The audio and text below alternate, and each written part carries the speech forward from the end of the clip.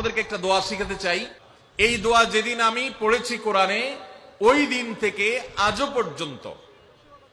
পর্যন্ত আমার মনে হয় না আমার জীবনে 2 মিনিটের কোনো দোয়াও যদি হয়, 1 মিনিটের দোয়াও যদি হয়, মুহূর্তের দোয়াও যদি হয়, আমি এই দোয়াটা কখনো মিস করি বলে, জ্ঞাতসারে মিস করি বলে আমার মনে পড়ে না।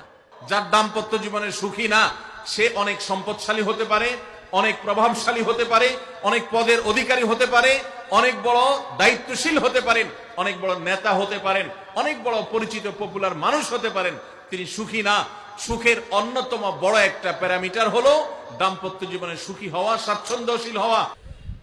সুখী দাম্পত্য জীবনের জন্য পুরুষ এবং নারী উভয়ের জন্য সর্বপ্রথম এবং প্রধান করণীয় হলো আল্লাহ তাআলার কাছে অনেক আগে থেকে দোয়া করতে থাকা, দরখাস্ত সাবমিট করা।